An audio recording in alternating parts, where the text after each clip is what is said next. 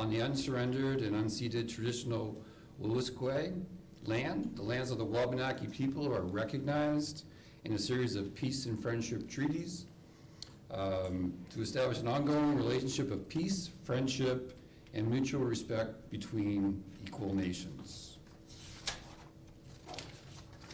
On behalf of UMB and the Fredericton Chamber of Commerce and Ignite, I want to welcome you to Fredericton's 2025 Federal Election Forum. This promises to be an important and interesting discussion concerning the state of our community and its role in the future growth of our province and our country. This election comes at a time of significant change in the world. I've said a few things in my life that have been understatements, but I think that that is probably one of the ones right there that takes the cake. As we grapple with an unpredictable neighbor and a shifting geopolitical landscape, we must decide what we want for the future of New Brunswick and Canada, and who will best lead us in that direction. At UMB, we know that we can be part of creating a positive change that benefits our region, our province, and our country. We know that because we see progress each and every day in our teaching, our research, and our partnerships. The UMB community is working to find solutions and train the next generation of leaders in the areas that matter most to all of us: healthcare, energy, transportation, trade and commerce, education, security, and the environment, and much more. You can sign up today.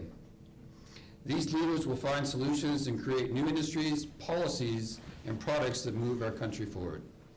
As we prepare to head to the ballot box, UMB is ready to work with the next government and play our part in helping Canada make it through this dynamic time.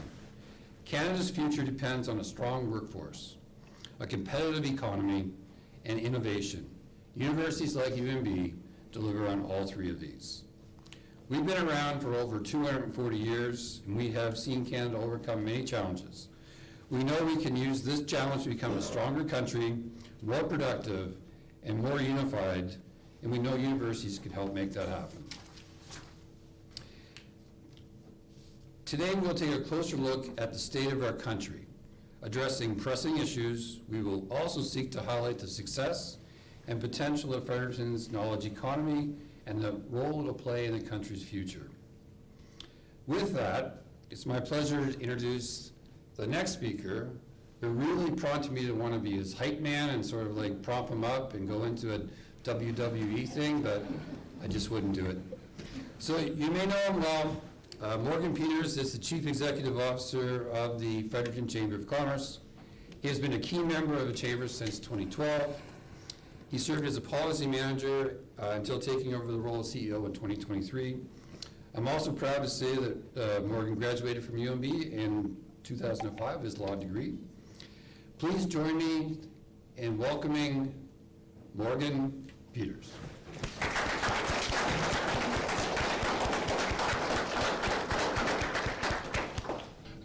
And I want to thank everyone for coming today. Of course, events like today represent one of the great strengths we have here in Fredericton and New Brunswick, I think. The relationship and alignment of stakeholders and business and the community to come together and align on priorities and other engagement. I want to thank our partners, UNB and Ignite. Together we seek to provide an open and civil engagement for the community to participate in this pre-election period. Thank you, of course, to the candidates for participating and all of you for attending here today. I am going to get right into it and introduce today's moderator. Allison Sampson has over a decade of experience in multimedia journalism, holds a communications degree from Memorial University of Newfoundland and a diploma in journalism from the College of North Atlantic. This background, along with her current work as Senior Associate at Porter O'Brien, I think makes her ideally positioned to host this forum for us today. So without further ado, please welcome fellow Newfoundland transplant, Allison Sampson.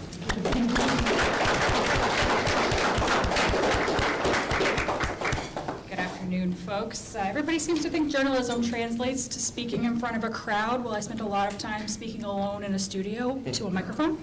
So I will give it my best shot here today, working outside my comfort zone in my new role. So good afternoon, everyone. Welcome to today's federal candidate discussion forum for the riding of Fredericton-Oromocto. As Morgan said, I'm Allison Sampson, and I'll be your moderator today. We're going to hear from the candidates seeking your vote in the upcoming federal election. As Morgan said, I'm now with Porter O'Brien. We're a public relations and government relations firm based here in Fredericton, but have folks all across Canada. Prior to joining that, I had a decade in broadcast journalism with CBC Newfoundland and Labrador, and here with CTV Atlantic in Fredericton. The Chamber is pleased to be hosting the important conversation here in Fredericton, a riding known for its vibrant community, strong academic institutions, growing innovation sector, and deep roots in public service and advocacy. As voters, we have an important decision to make here today. This forum is an opportunity to hear directly from those who represent this riding in the House of Commons. This afternoon, I will present questions from specific areas, and each candidate will have the opportunity to present their ideas on key local and national issues and engage in respectful dialogue with one another. Our aim is to ensure fair, informative, civil discussion that helps voters better understand where each candidate stands. We'll ask all candidates and members of the audience to maintain a tone of mutual respect throughout today's forum. This is a forum of ideas, not interruptions. And joining us on stage, we have Nikki Lyons-McFarlane with the NDP. We've got David Miles with the Liberal Party of Canada. We've got Pam Allen, I gotta keep looking to look over because I'm sideways. Pam Allen LeBlanc representing the Green Party of Canada, and Brian McDonald representing the Conservative Party of Canada. And so with that, we'll give you each 2 minutes for a short opening statement. I'm gonna pull out to even time you, just to make sure we're kind of sticking to that. So Nikki, we'll start with you. So my name is Nikki Lyons-McFarlane. I am your NDP candidate for the Fredericton-Oromocto riding. I'm a union representative on campus. I work at UNB in the law library. I'm also a community activist in many different fields, working with 2S LGBTQIA+ youth. I've done work around the housing, healthcare, and abortion care as well. I grew up in this riding. You know, I know how special Fredericton-Oromocto is. I know how passionate people are, and how, you know, we are community-minded, we're open-minded, we're quick to lend a hand when we need to. The small businesses and organizations are at the heart of the community. Without them, Fredericton would not be what it is. And currently, we're living in unprecedented times. You know, it's happening across the borders, impacting us here. We've experienced job losses already across the country, and we're at risk of losing more. It's, you know, this election has a lot riding on it, and I know that we're all worried about what's going to happen in less than 2 weeks now. So that's why I'm running to represent Fredericton-Oromocto in Ottawa. Thank you. Great, we'll hear from candidate David Miles. Hi, everybody. I'm David Miles. I'm from here in Fredericton. I grew up here, and I was thinking back. I'm really happy to be doing this at the Chamber of Commerce because I was thinking back when I was 23 years old. I finished my political science degree. I'd studied Mandarin for a year in China. I'd lived in Belgium. And then I went and worked in politics for a year in Ontario, the Ontario legislature, and I was faced with this decision, like, what's my next move? And my parents were desperate that I become a lawyer. They really were hoping for it. Two of my brothers have PhDs, the other's a medical doctor, and then I told them I wanted to be a musician. They weren't pumped. But it was really interesting because I made that first record. I was here in Fredericton, I made a record. I printed 1,000 copies, put it in my car, and I started driving around. I sold those records, I invested in the next one, built the business a little bit bigger, then I got a manager, then I got an agent, and I started 15 records later, 20 years, and I was able to tour around the world. And when I got into it, I thought it was because I loved writing songs, which was true, and I still do. I love art, I love making songs, but what I didn't know is how much I was going to love entrepreneurship. I was completely hooked. I loved the idea of risk, of betting on myself, working really hard, and seeing the reward. And it's been really interesting because a lot of people think, yeah, well, what prepared you for this? What prepared you for this role? It must have been your political science degree. It wasn't. It was my music career. And it was betting on myself and working hard, but also getting to travel around the country to all these small towns and cities and seeing what it looks like to have thriving private sectors. What the private sector does when it works. And it's a great thing. I saw towns that were struggling, and I saw towns that were thriving. And it has been a really, really great thing for me to get a better sense of the role of the private sector in government. And I think it's really important for people who work in government to understand what risk looks like and volatility looks like, especially in the face of these tariffs. We're talking about Trump's tariffs.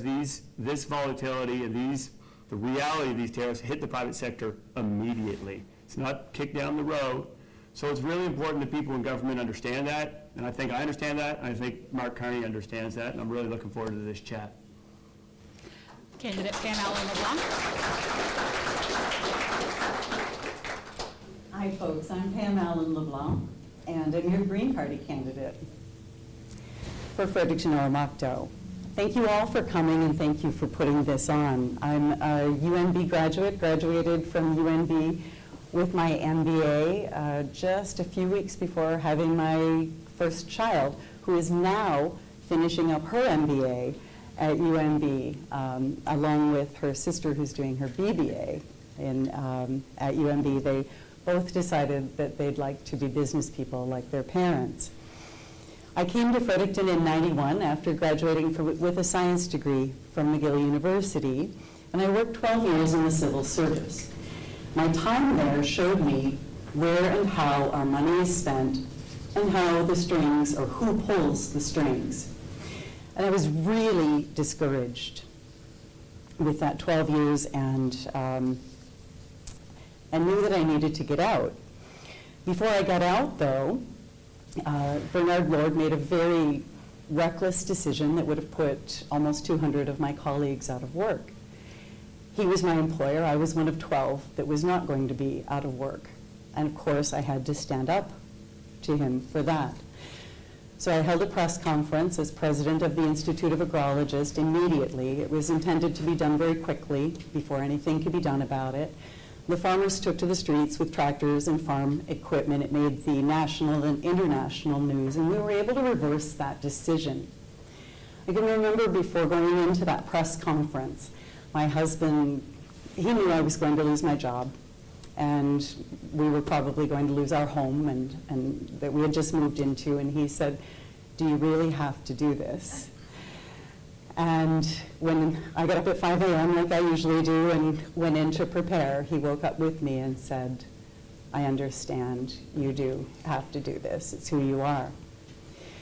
And so I've watched governments, consecutive conservative and liberal governments, this ping pong match between the two, and I've watched them make reckless and irresponsible decisions for a very long time now. And I don't know about you, but I'm tired of it. Our kids don't have the same opportunities that we had.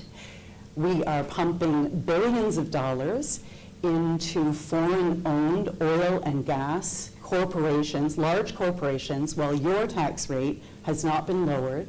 Consecutive conservative and liberal governments have favored their friends in the large corporations, and we have tax loopholes for billionaires that have to be closed. Candidate Allen LeBlanc, I'm going to cut you there. Thank you.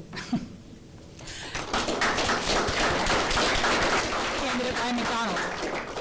Well, it's truly an honor to be on a panel like this with these distinguished Canadians, and it's great to be amongst this room of distinguished Frederictonians. I have a dirty little secret. I actually grew up in Halifax. But when I was growing up in Halifax, and I'm joined here by my mother, Jeannie, who has supported me all my life, and I grew up an only child in a single-parent family in Halifax, and got involved early on in Scouts, the Scouting movement, and that really taught me actually about leadership. You wouldn't think Scouts is kind of in the environment and physical activity, but the core of that unit was about leadership, and so I got really interested in that. And then I actually was a page in the Nova Scotia legislature, which introduced me to this concept of service that you see from our public servants and from our politicians. And so that really attracted me. And then I joined the Army. So it's the Army that brought me here to Fredericton, did all my training at Base Gagetown, and went to military college in Kingston, and then was lucky enough to get a scholarship and went to study at the London School of Economics, where I earned my master's degree in politics. And then I served in the Royal Canadian Regiment as an infantry officer, 2 tours in Bosnia, and then transferred actually to the British Army and served in Afghanistan and worked in Iraq on the currency exchange project. So what does that mean to you? So I I really believe in the concept of service and leadership, and I've pursued those ideals through my life. And I believe this is an important election because we all know we need a stronger Canada. We need Canada to be as strong as it can possibly be. And I think, I'm running as a Conservative because I believe in those strong Conservative values. I believe in getting back to basics and common sense. And that includes balancing our budgets, so fiscal responsibility. It includes reducing taxes so we have less burden on people. It includes managing the economy and growing the economy through strong resource development. So that's why I'm running. I believe in leadership, I believe in service, and I believe in Conservative principles that are going to build our economy. Thank you.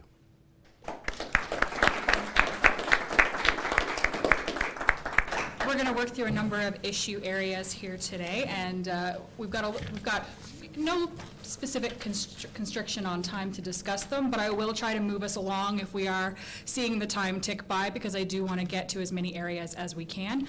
I will introduce each area and then pose a question. We will move down the line to answer them, and if you want to pass and move along, you can do that as well.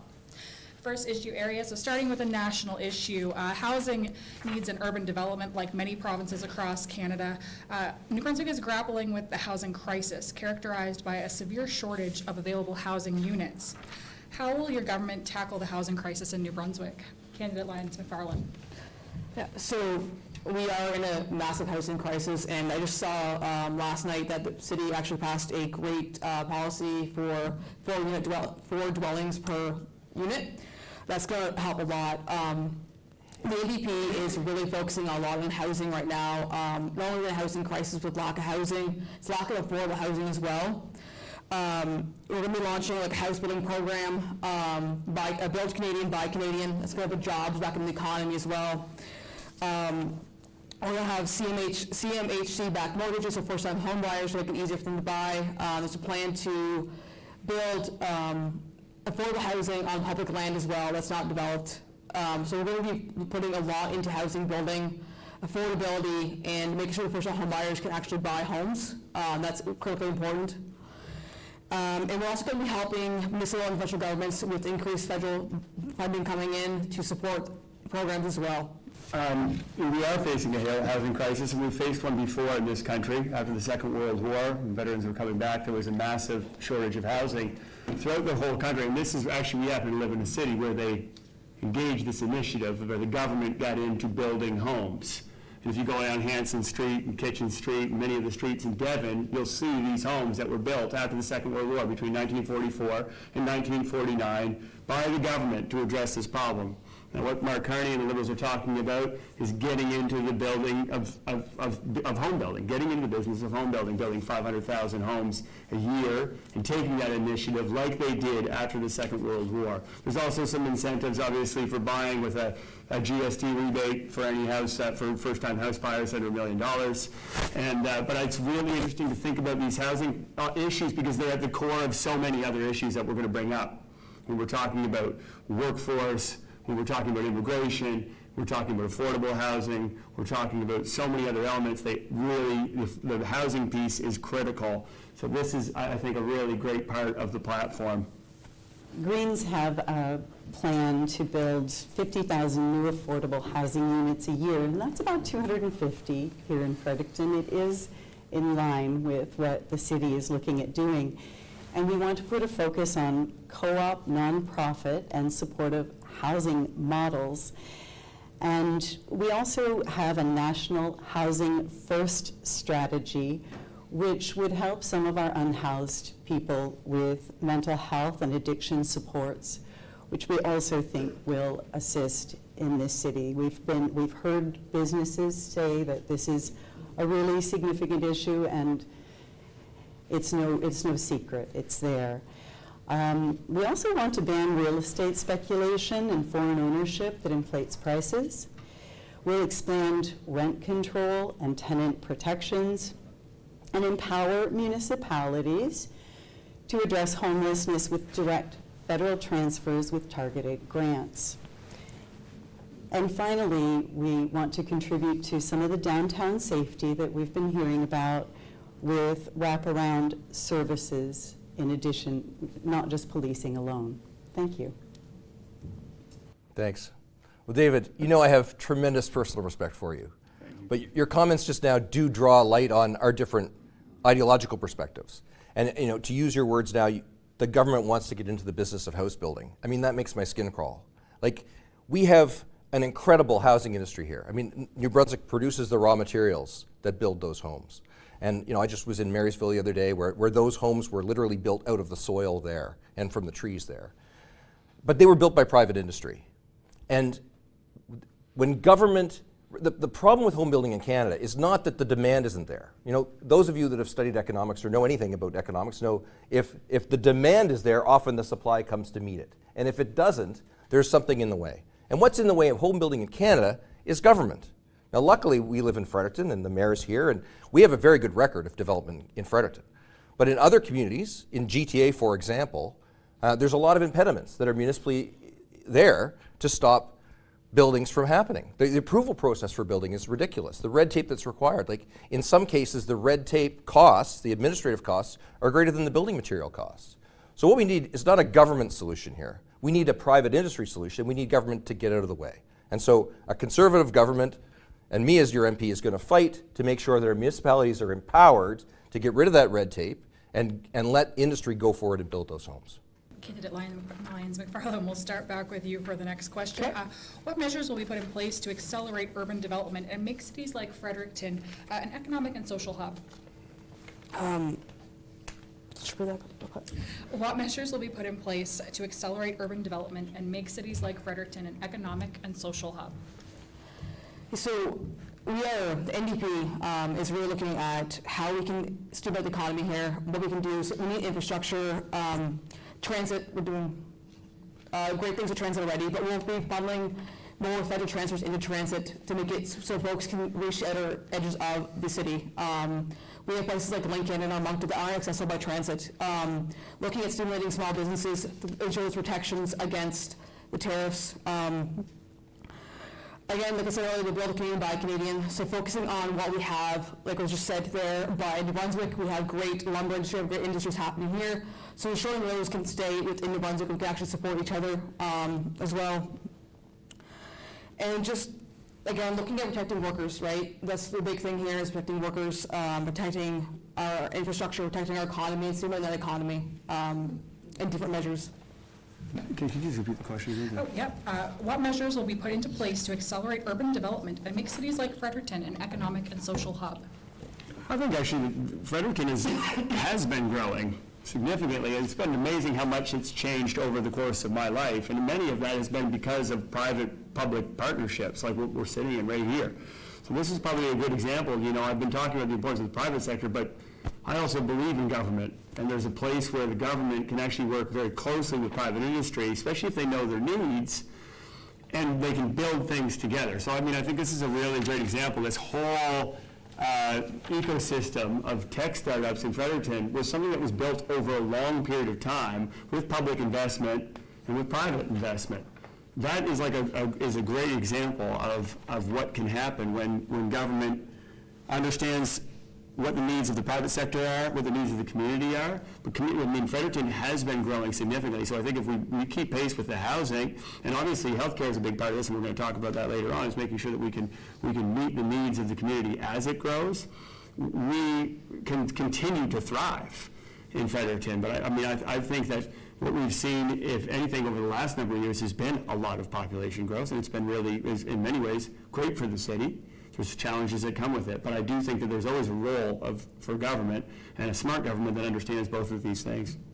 I had the opportunity with the government. I didn't lose my job, by the way. I wound up having a maternity leave that allowed cooler heads to prevail, and came back and became a trade officer, where I actually was able to escort companies all over the world to Norway and Scotland, all through the European Union, Poland, Mexico, the United States. And it was always easiest to do business in the United States, so that was where we settled.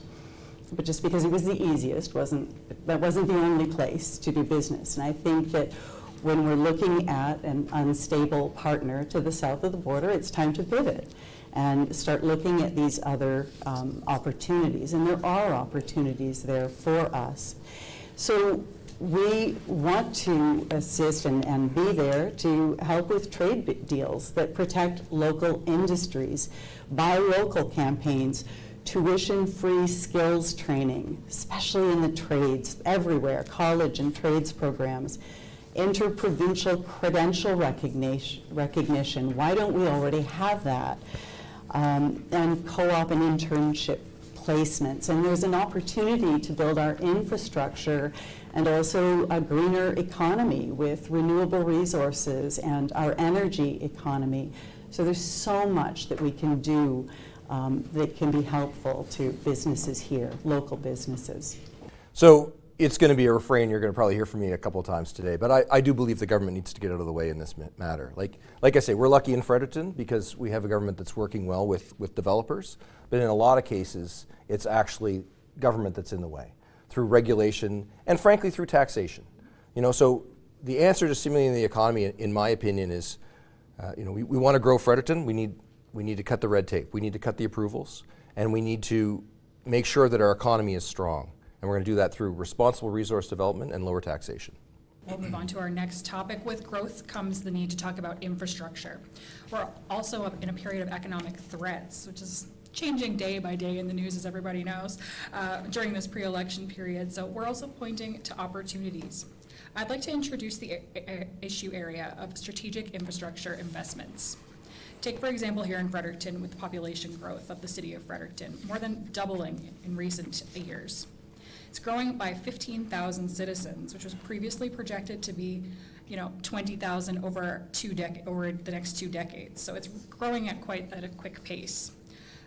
What plans do you have to fund infrastructure projects that drive regional growth? And this time we'll start on the other end with candidate McDonald. Thank you. I'll go back to responsible resource development. We've had a period in Canada under the current Liberal government of about a decade where there has been almost no national infrastructure projects. There's been no development of natural resources. We've seen pipelines stopped. We've seen mines not able to get environmental approvals. And this has been part of the economic stagnation that we're facing.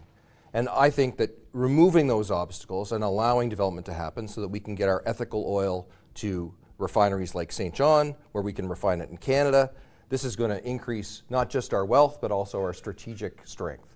And so, from me, you'll see a very strong play for responsible resource development that's going to drive the economy and therefore drive growth. So I have to say something about that. Ethical oil, I have a little bit of a problem with, and I also have a problem with the fact that what they're planning to bring to St. John is not able to be refined in St. John. It's going to the U.S. So don't let these stories, these narratives stand. That's not the way to go.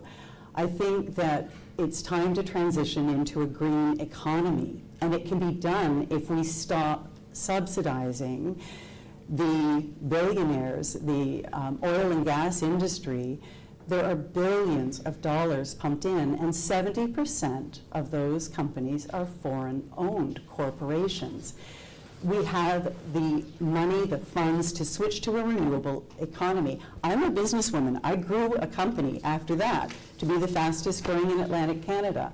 And when we lost a $16 million contract through no fault of our own and didn't survive, I started my own businesses, which have succeeded.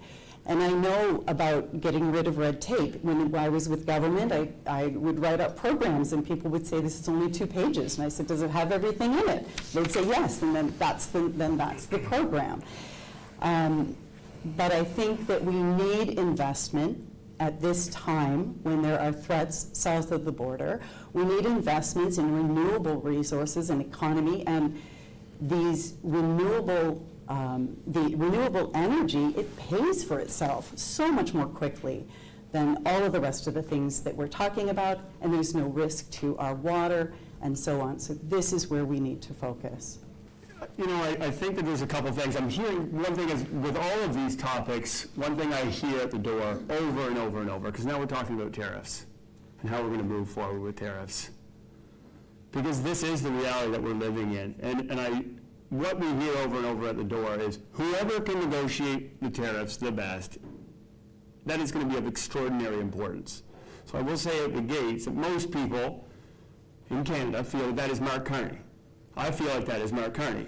To be negotiating at that table, he's done it before, he's negotiated big deals, he's worked through crises at a super high level, his resume is amazing, and he's able to sit at those tables. So that does change the parameters. Now, these are all serious challenges, and I'm going to feel like the guy in the middle. But I am the guy in the middle. That's where I believe we should be, is in the middle. I do believe resource development is important in Canada. Critical minerals are going to be super important. We're talking about energy independence. We can't deny that we have resources that need to go and be used in Canada and export to new trading routes. But I also believe climate change is real, and the two can exist in the same mind. We live in a world where it's either one or the other, and I find it refreshing that Mark Carney is leading a party that I think believes in both things being true at the same time. So I think that's a really important thing when we talk about resource development, because energy independence is real. It's a very big deal. It's going to take a lot of work. It's going to talk a lot of reality checks for us, because we have developed relationships with America over the last number of years that have become easy for us. We export. The relationship has been very strong. Well, it's volatile now, and it's under threat, and it's unreliable. And so we need to build up these new relationships, and that is going to be very important, but it's going to be important to be a little bit less partisan, be able to work across divisions, and believe in more than one thing at the same time, because I think most of us would agree that climate change is real and resource development is also important. So the NDP is also believing in green energy and stepping away from the oil industry. And people are like, well, what are those jobs? Those workers in the oil fields. We can retrain and rehire them in other programs. We can retrain them in green energy. We can retrain them in other industries that are important right now. We need to stop being, look at trading within Canada, look at some new trade partners, and using the Canadian materials to revitalize infrastructure. We need highway repairs, we need healthcare, we need new schools built. That's all be done with Canadian materials. And if we keep using Canadian materials, Canadian jobs, Canadian workers, we're going to be more independent. We're going to be able to stimulate our economy better and have stronger infrastructure tools for the years to come. Candidates, I'd like to rephrase and reframe this question a little with, I had stated, what plans do you have to fund infrastructure projects that drive regional growth? So that could mean mid-sized city projects, airport runway expansions, things like that. Do you have anything that would reflect that in your platforms that you could tell us about? Open. Absolutely. Sorry, it was infrastructure you were asking about.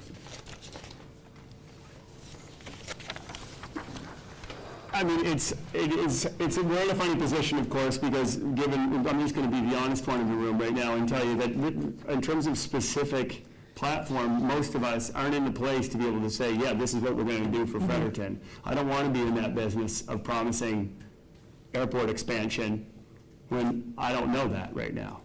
I'm not the MP for Fredericton. I hope I will be someday. But I do think it's important to, again, this is about relationships and trust. And so part of it is being able to say, I actually don't know specifics on exactly what we're going to be able to do for local infrastructure projects. We do know that there is going to be massive infrastructure investment in new trade diversification corridor fund across $5 billion fund across the country.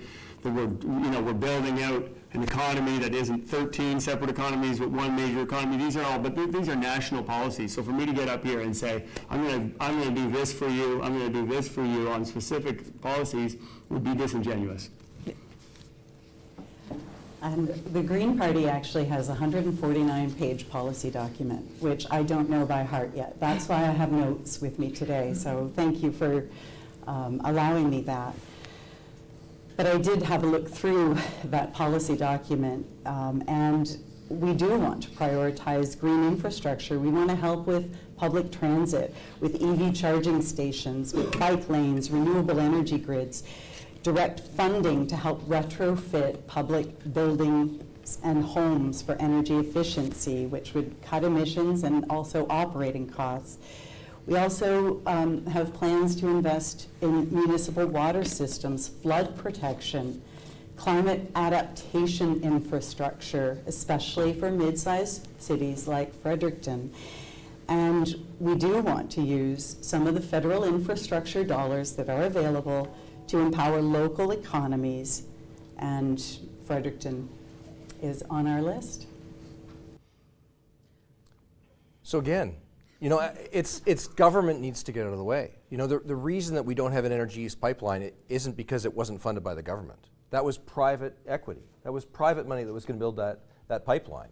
And it failed because of the inactivity of government and because of bureaucracy and red tape and controls. And so, we don't need to take taxpayer dollars and put that into infrastructure. What we need to do is get out of the way and let private industry and private equity build those things. And that's how we're going to multiply, because if we rely on the government to do everything for us, it's not going to be successful. But if we let private industry get on with the job and get out of their way and expedite their approvals, then we'll have true prosperity. Yeah, but again, like David said, I can't promise anything guaranteed, right? I don't want to be that person that says we're going to do X, Y, and Z and not deliver on that. But there are plans in place for more doctors, for more nurses, and that's going to lead to reopening ERs, hopefully, right? That's the hope. Federal transfers for transit to make it greener, to expand our routes, to be able to connect our communities more, because we have a wonderful community between Fredericton and Oromocto, but transit doesn't reach that area. If we can expand our transit with green energy, with more routes, that'll help as well. There's plans, but it's going to take time. Okay, and now. So to the issue of workforce development and population growth, New Brunswick faces significant demographic challenges, including an aging population and low birth rate, which impacts its future workforce, making it one of the oldest provinces. And yet, there have been drastic cuts to traditional population growth pipelines in Atlantic Canada, including international students, and most recently to the AIP, Atlantic Immigration Program, and the PNP, Provincial Nominee Program, as Canada has appeared to grapple with balancing public services and population growth. Where do you and your party stand on immigration to Atlantic Canada and the recent allocation cuts to the Provincial Nominee Program and the Atlantic Immigration Program? We'll start with candidate Miles. Thank you very much. This is something that's been coming up quite a bit, obviously, because I know it affects a lot of people and business and everything else. I do hope it's a temporary measure, because it was obviously in reaction to housing challenges and healthcare challenges that we were having across the country. As population was growing, we kind of went, okay, but I've seen it at the university. I work at the university. I'm called the Cultural Fellow at TME, the Technology Management and Entrepreneurship Center, and I love it. But it's been very hard for the university to plan, seeing these numbers just cut like that. And I've witnessed that, I see it, and it's been really interesting, because it is obviously the way it was done was quite quick, and it didn't give these organizations the time to prepare. I think in looking at it, I think there's room here for someone from here to really, and from the East Coast, to vouch for the East Coast in this way. There is a way for this to, obviously the policy has been developed and it's an important adjustment, but there are times when decisions are made based on Ontario numbers and not necessarily New Brunswick numbers. And so if we think we have the capacity, that sometimes it also requires a voice in Ottawa saying, no, people over here, the PNP, these programs that are the Atlantic program and the provincial program, there might be room there in a way that we can represent ourselves as New Brunswickers. I mean, this is part of the job also, is for me to be able to say, I will vouch for the community when I'm in Ottawa. I think that immigration has just been such an important part of the growth of this city, and such a positive influence on how this city has changed over the last number of years. It's one of the greatest things that I've witnessed since I was away for about 15 years, like coming back and seeing this city change and being so much more diverse. it's the best. And it's been at the root of so many great startups, so many great businesses, so many great restaurants, so many great businesses. We know how it's enriched our lives in Fredericton. And so that's at the core of this. That's why I say it needs to be temporary. We need to focus on healthcare and housing. Housing is going to be essential so we can get these numbers back, and we can welcome immigrants to a place and newcomers to Fredericton with a quality of life that we're proud of. We can say there's housing here, they can get access to healthcare. That's what we're working towards. So I think that that's really, really important. I got to tell you, the TME experience has been the best because these are students who've risked so much, come to Canada to build companies, and they want to stay and build companies in Fredericton. And so finding ways that we can allow them to stay and thrive and employ people, that's got to be a priority. And if I can do anything about it, I will. You know, I agree with you on a lot of that, David. Immigration has added so much to our city, and the skills, just the richness that they bring. So this is something that we really support as well, and we really want to be making the investments in the infrastructure with housing, with healthcare, with education, to be able to support that. Well, immigration is very close to my heart. When I was an MLA, I really worked hard to broker the deal that created the Intercultural Center here in Fredericton. And that's obviously been a huge success. And the reason that was important is because when immigrant communities come here, they often need a center of mass. And so that cultural center was designed to give people a home, and so that when those PEP people come, they can find community and have a home here.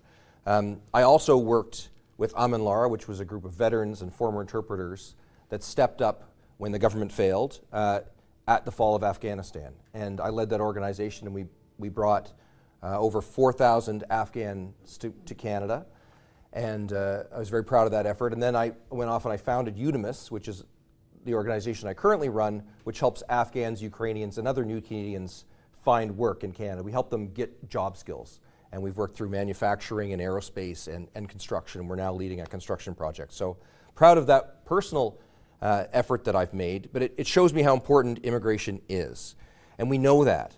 And so, you know, part of our party policy is a Blue Seal accreditation program where we can ensure that professionals like nurses and doctors and engineers achieve a national standard so they can migrate those skills across Canada, and they can challenge for accreditation when they come. Because, you know, there's lots of underemployed new Canadians that can't find work in their professions where they have experience back home because those credentials don't transfer directly. So it's something I've been working on personally through UNIMIS, and as part of our party policy. But I have to say, you know, the current Liberal government over the last 10 years has opened the floodgates for immigration, and it's been irresponsible. And what that has done is it has downloaded a lot of immigrants basically into the GTA. There's been it doesn't really impact us so much here in Fredericton, but the pressure in the GTA has been enormous. And even here, you know, uncontrolled immigration means that our systems are overloaded. It's part of the reason we have a housing crisis, and it's a big part of the reason we have a healthcare crisis, is because our systems were not able to handle that massive increase in capacity. And that's a federal decision that got downloaded to municipalities and onto provinces. You know, so there's a cause and effect here. And I worked for PAL Aerospace, which owns Moncton Flight College, which had a massive Fredericton campus, 300 students. It was 80% of the air traffic at our airport. And that was closed because because of the decisions made by this government to cap post-secondary students. And I know that UNB has faced this. You know, and those were limits that came in arbitrarily overnight to fix a bigger problem that they'd created by uncontrolled immigration. So I'm very pro-immigration. I work with immigrants on the daily to make sure they can succeed in Canada. But what we need is a strategic approach that makes sure that the number of new Canadians matches our ability to absorb them without creating a crisis, because that's not good for anyone. Yeah, I've also seen the issues with the cap and post-secondary students at UNB. I've heard from a lot of my colleagues at UNB what this has left. It's left a lot of students in limbo. It's left a lot of educational dreams put on hold. And we do need to reopen lose the cap on the post-secondary students coming in. We do also need to address the housing healthcare crisis. We have a lot of immigrants coming in who are doctors in their home country that can't practice here. So one thing we want to do is streamline that process so they can get credentials here instead of practicing healthcare here. And we are one of those diverse cities, like in the Maritimes. We have a huge, the Agriculture Center is amazing. I've seen the Multicultural Center at its previous location. It is growing exponentially. It's a great resource for our immigrants and refugees here. I do fully agree with a lot what the Greens and the Liberals are saying, that we do need to relook at things. We are not the GTA. We have a special community here that can easily support immigrants and international students. I'll let everyone know we're just about halfway. We've hit the halfway point, so I'll just hitting my stride here now. As we've discussed national and local issues affecting the future of our province and region, I'd like to ask explicitly about existing strengths in the area of the knowledge industry. Fredericton is well known as a knowledge innovation capital. We're here in Knowledge Park right now. The knowledge economy has been presented as a knowledge industry and a center of higher education and research. What policies or initiatives will bolster innovation ecosystems and encourage the growth of knowledge industries? We'll start with candidate Ellen LeBlanc. Thank you.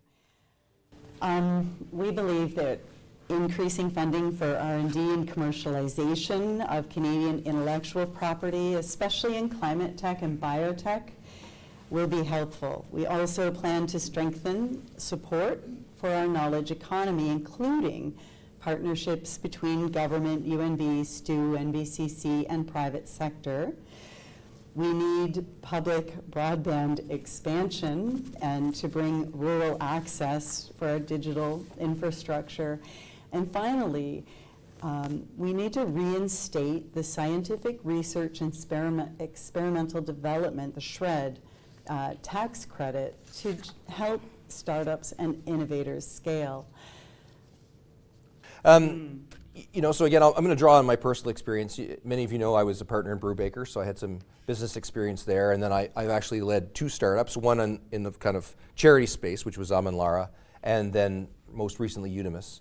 And I actually also have a tech startup on the side. So I've been in this building before a number of times, and I've kind of been down that entrepreneur and tech entrepreneur road a bit. So I have some personal experience there, and it is very challenging. It's a highly regulated market. And so one of the things we need to do to encourage growth, I keep saying it because it's true, is we need to get reduction in the red tape, reduction in the bureaucracy that holds our businesses back. And that is also in the form of taxation. Taxation on business is a significant burden to growth. And so we need to, our first priority is to reduce taxation for everyone through basic tax cuts. But as well, we need to consider all the other places that we can economize and allow tax cuts to happen so that businesses can grow. We have a strong investment attraction plan, which is also undercut by our 2-for-1 rule, which is going to help us reduce red tape. So I think between red tape reduction, a reduction in bureaucracy, and in tax cuts, we can help grow those economy pieces. So we are also looking at bringing broadband to more areas. We have a lot of rural areas that have no access to proper internet, to high-speed internet, and that's going to help a lot with the innovation. We're going to be able to connect other communities to the digital age. We're also kind of in a unique position right now with the U.S. cutting a lot of research grants, cutting a lot of programs, and we can bring those scholars in. UNB is doing wonderful things. So St. Thomas, NBCC, and other colleges.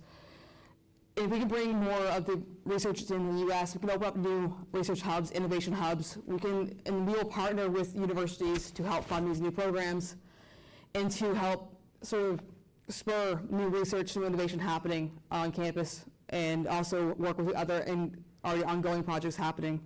Thanks very much. This is one of those things where I'm not sure anybody in this room or in the tech sector, I guess if we're talking about the knowledge economy in Fredericton, would say the government should get out of the way. Yeah. Would it exist if the government got out of the way? If it wasn't for the fact that government worked with private industry, it was a partnership. I haven't been reading about this for very long, but I have looked into it enough to know that public money was invested in all of this. This was a plan that was built out for a long time. Government can do things that private industry won't do. It's not to say that you don't need both. You want a thriving private sector. That's why I started there. The private sector pays for things. It's a wonderful thing. We need to celebrate it. But long-term R&D, long-term research and development, that's really difficult for small companies, small, medium-sized companies. But it's something that the university can do. It's something that we can do at the NRC.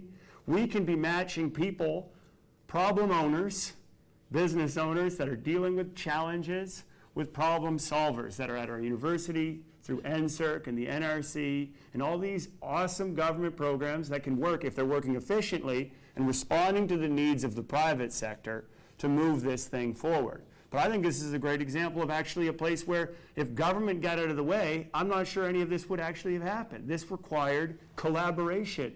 That's what good government looks like. A functional public sector that supports a thriving private sector. It's not just getting out of the way, in my opinion. To the issue of trade and national growth, I don't think we can have a discussion during this election period without addressing the role of the United States in the last several months. The recent series of events, including tariff threats and pauses, along with open discussion infringing on our national sovereignty, is seemingly hurling North America and the world into a trade war. The national response thus far has been to focus on domestic growth and diversification agenda. How will you ensure New Brunswick plays a significant role in a domestic growth agenda supporting national prosperity? Candidate Lyons McFarland. So we do know that there are 2 million jobs across the country right now, depending on the trade relationships with the U.S. We've already seen in Ontario, many car places are closing down, leaving thousands of jobs. That's not good. We don't want this to happen here. We're already struggling as it is in this province. We need to start fighting for every job.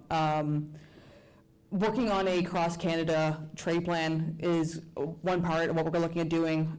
Making sure that our trade industries here, our lumber industries, our steel industries in this province can keep thriving and start trading across the country. We're really investing in the Buy Canadian, Build a Canadian plan, using our resources to start stimulating the economy, to start building roads, start building homes. Whatever we can do is what we're really looking at doing.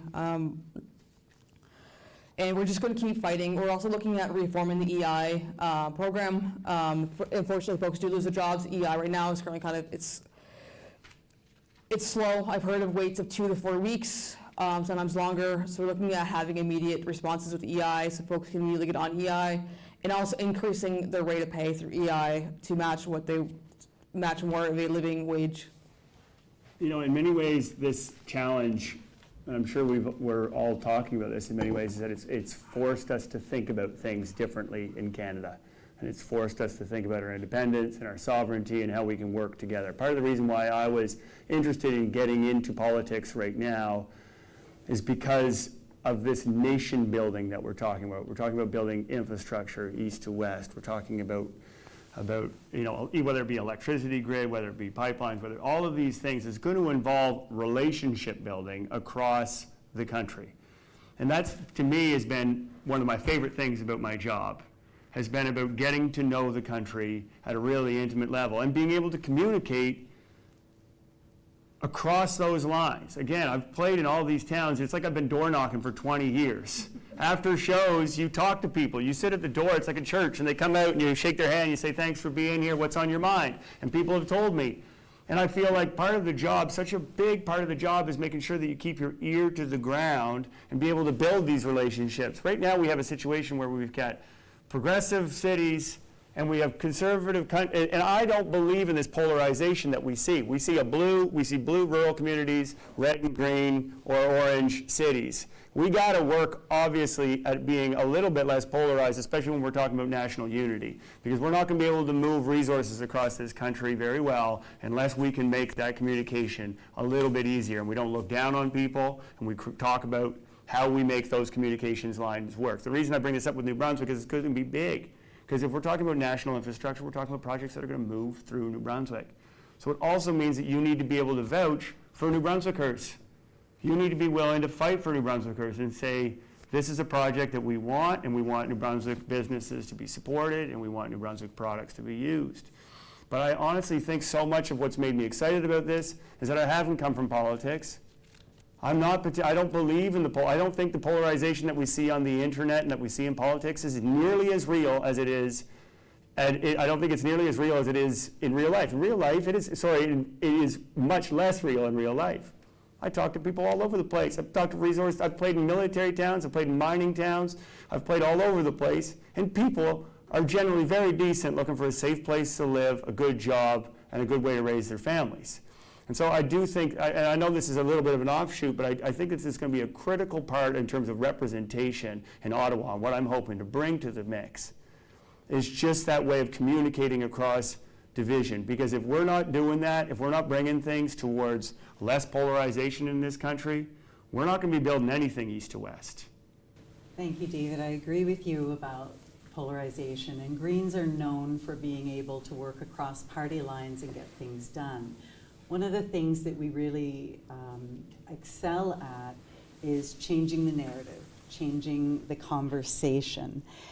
We believe that with investments in critical infrastructure, with assisting and supporting small and mid-sized exporters to better access global markets, you're right. We have deep seaports. We have what we need as far as infrastructure in this province to thrive and to be able to look at other new markets that maybe it wasn't as easy when the U.S. was open for business, but there are going to be a lot of opportunities there. We actually are looking at the fact that so much of what we export is raw product, and we've been talking about that since the 90s when I began working with government, just the need to start adding to that product and doing the value added here in New Brunswick, in Canada, before sending it on. I think about the example of Sweden. They do not send wood, they send us IKEA furniture. This is the sort of thing that we can do here. And New Brunswickers are so smart and so tough and so resilient. I would put my money behind us any day. I know we can face this challenge, and I know that the Greens will be here to support us, and we call it a just green transition where nobody is left behind, where it takes some investment, but we can move out of some of those jobs that are current and move into this new economy, a greener economy, and we have to do that. There's only one planet, folks. There's only one. And when the tariff threats are over, which is on everybody's mind, and they're very important, we still have a climate crisis to deal with. And I need to leave this place better for my kids. Right now, what they're facing is not fair, and for your kids. Thank you. Yeah, we definitely have to think about the next generation, and I understand the desire of the Liberal Party to change the narrative.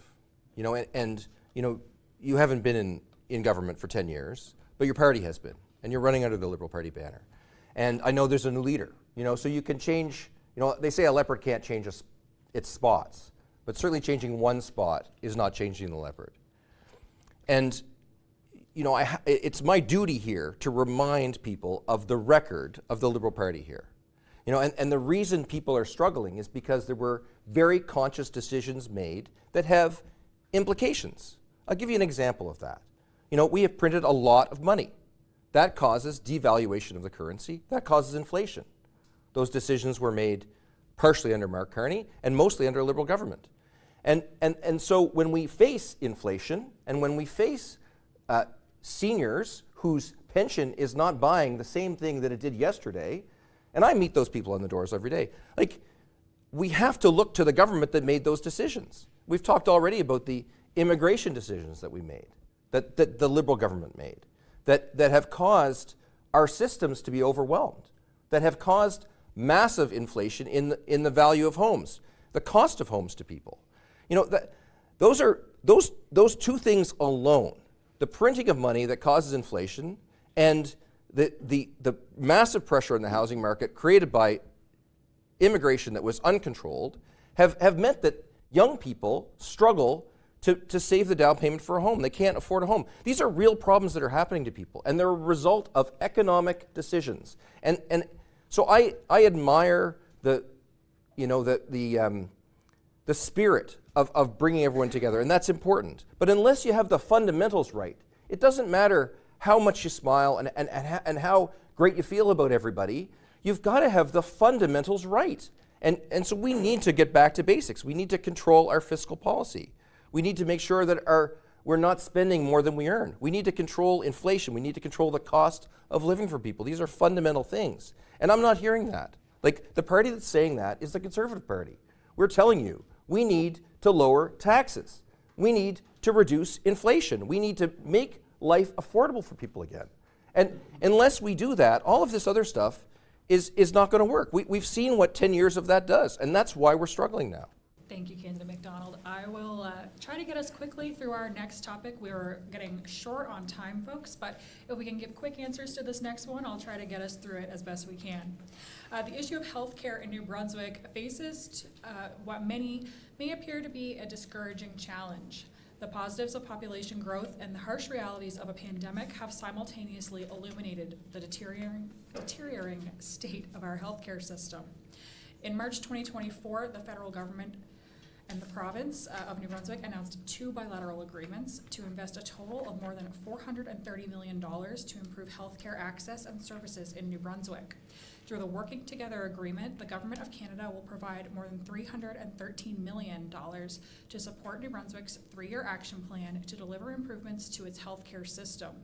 The new bilateral funding agreement with the federal government will be incrementally tied to progress against targets, which New Brunswick will publicly report on annually.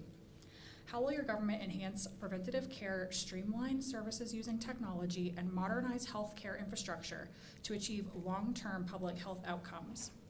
We'll start on the far end with.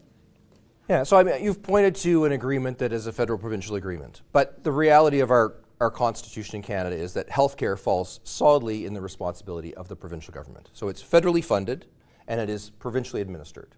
Primary healthcare. There's an exception to that. It's Health Canada. Health Canada provides First Nations and Inuit healthcare at the primary level. But everything else is in the purview of the provinces.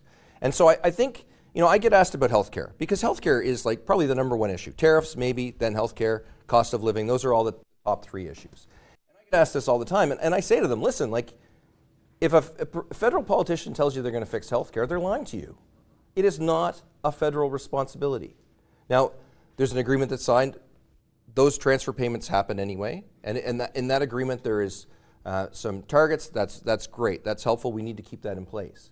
And obviously, as a New Brunswick politician, you want to argue for more transfer payments to pay for healthcare. But ultimately, the delivery of healthcare is a provincial responsibility. So what can we do federally? Well, I've already told you about the Blue Seal program, which will allow more qualified medical professionals to come to Canada and get qualified and get into the system. Because we ourselves, like I say, we're holding that up. Now, it's not the government, by the way, that determines who has medical credentials. That's usually provincially administered by the colleges, but it requires federal leadership. And if the building trades can do it, then the professions can also do it. And it requires some leadership. It's another kind of low-hanging fruit, obvious thing that we've been missing for the last 10 years. And so if we are going to bring in these massive numbers of immigrants, the least thing we could do is make sure they get a good job and make sure they can contribute in their profession. And so that's what the Blue Seal program is going to do. I also want to turn a bit to addiction. We've had an issue in this city where federally funded, what they call harm reduction, I call them harm multiplication clinics, have been operating and creating a lot of problem in the downtown. I mean, You're going to move the people by creating these addiction centers where the people are not. no, the addiction centers can be places, but we're not going to have free drug clinics in downtown. Okay. Well, you know what? We need help and funding for addiction recovery. The people who are unhoused, homeless, that are struggling with addiction have deep trauma. This needs to be addressed. And simply moving the centers or not funding, not assisting is not the answer. We have women's rights being challenged in this election by your party. We believe that healthcare needs to be free and accessible for all. We believe in increasing the federal funding with strings attached for accountability. We believe in universal pharmacare, dentacare, and vision care so that seniors and people with lower incomes can feel secure and safe here. And isn't that what it all is? Aren't we all feeling unsafe right now with the affordability crisis, the climate crisis, tariffs, threats to our sovereignty? We're all feeling unsafe.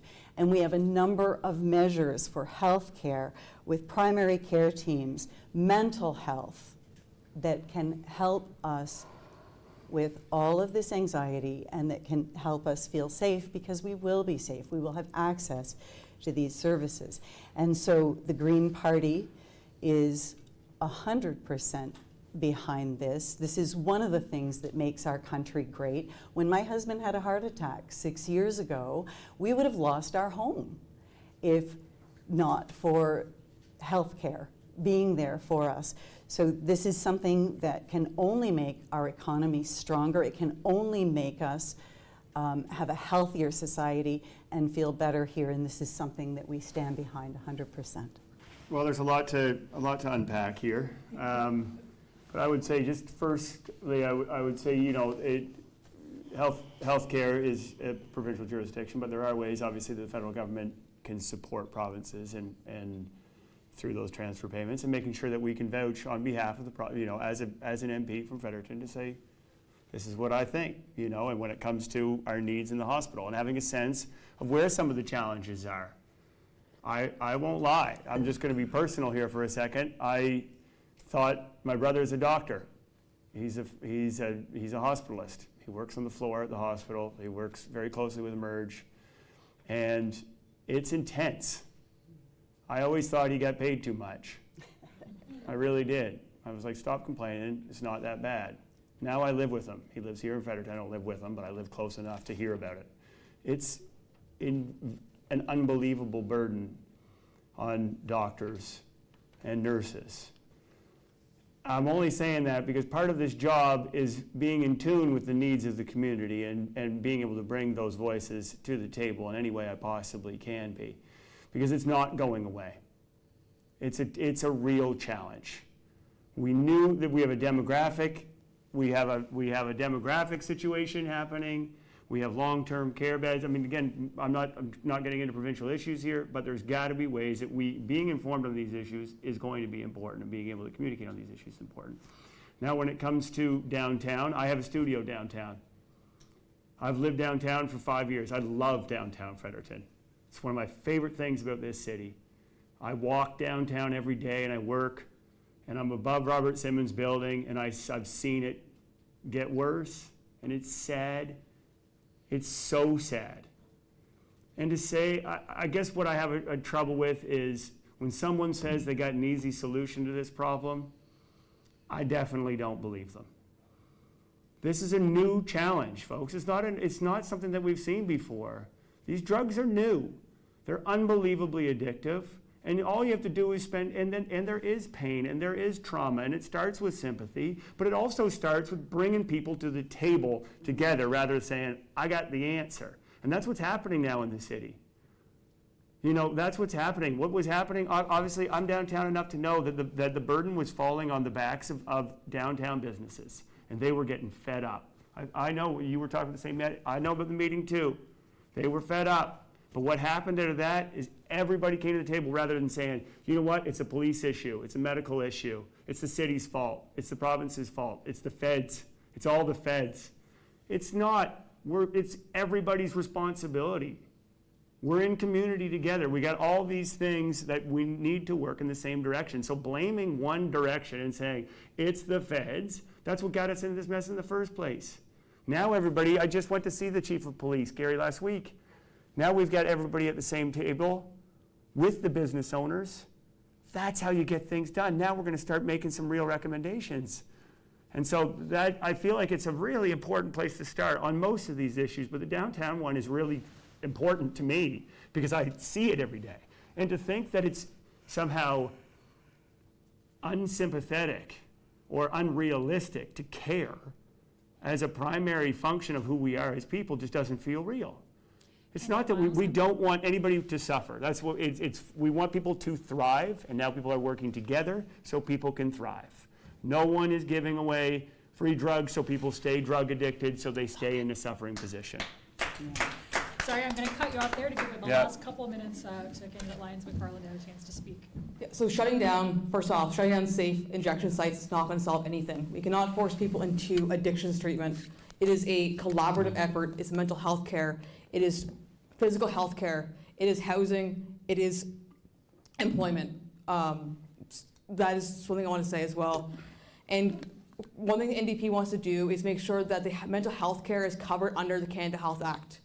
Currently, getting the wait list right now for the public system for the Victoria Health Centre is 2+ years long. We need to fix that. We also want to expand pharmacare to cover all medications.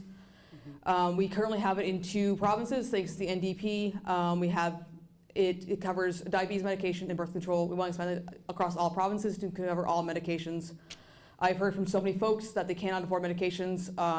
They've given the choice between groceries or their medication.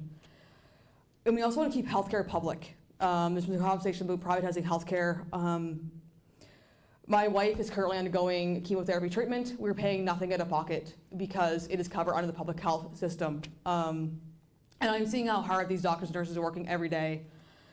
And we need to train more doctors and nurses so that there are enough of them providing the life-saving care they're doing. They're burning out.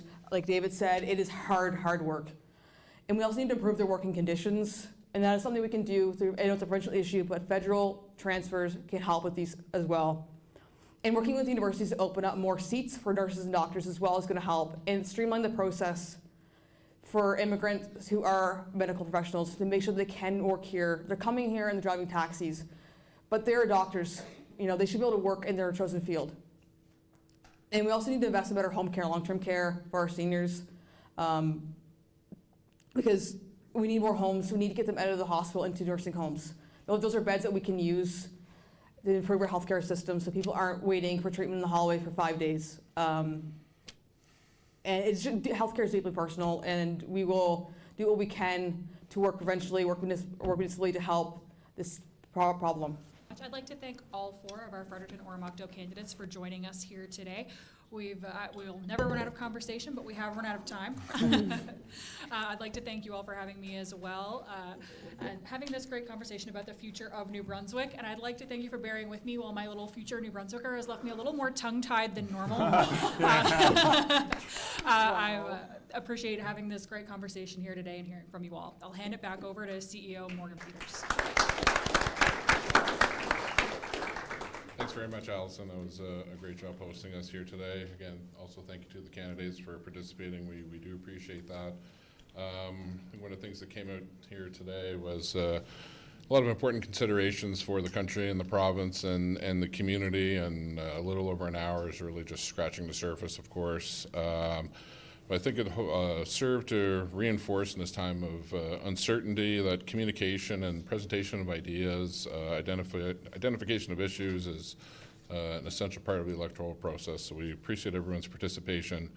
A couple of things that I liked hearing from all the candidates today was the role of business in the fabric of the community and being part of the solutions to the issues, and how interconnected many of the problems and the issues are, and just the importance of the moment here and about this election and the path to move forward. And whatever the course forward, I think we must work to elevate the strengths in our community and to work constructively in our disagreements about how to move forward, and in response to economic attacks upon our country, the identification of areas of cooperation has never been more important. So with that, we have a few more minutes here. I encourage you to stay and engage and mill about. Enjoy the great spread from Fredericton Chamber of Commerce member Milltown Roasters. And with that, thank you to our partners, UNB and Ignite, and everyone attending today. And most importantly, get out and vote on the 28th. Thank you. Thanks. Thank you. I'm sorry, here's your card. Yeah.